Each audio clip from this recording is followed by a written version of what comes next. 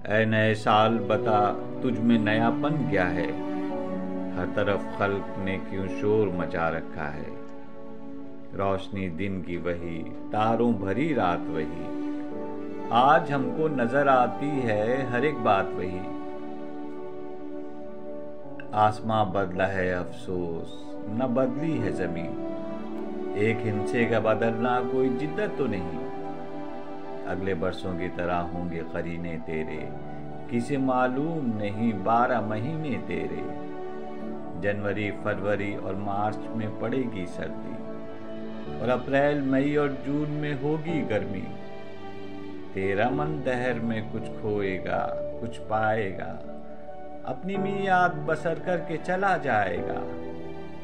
तू नया है तो दिखा सुबह नई शाम नई, वरना इन आंखों ने देखे हैं नए साल कई। बेसबब लोग देते हैं क्यों मुबारकबादें, गालिबन भूल गए वक्त की कड़वी यादें। तेरी आमद से घटी उम्र जहां से सबकी, फैज ने लिखी है ये नज्म निराले ढबकी। ऐ नए साल बता तुझ में नयापन क्या है।